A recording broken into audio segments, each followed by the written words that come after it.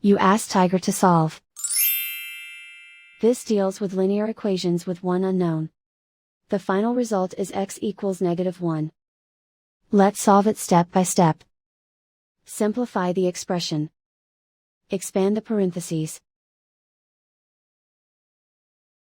Multiply the coefficients. Simplify the arithmetic. Expand the parentheses. Group like terms.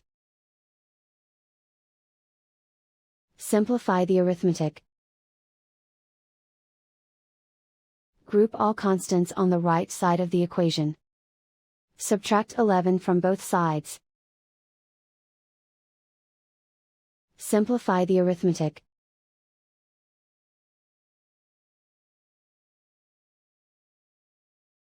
Isolate the x. Divide both sides by -10.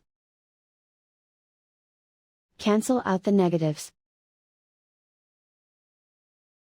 Simplify the fraction.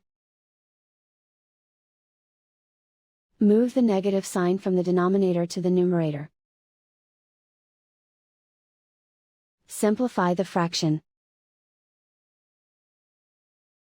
And so the final result is x equals -1.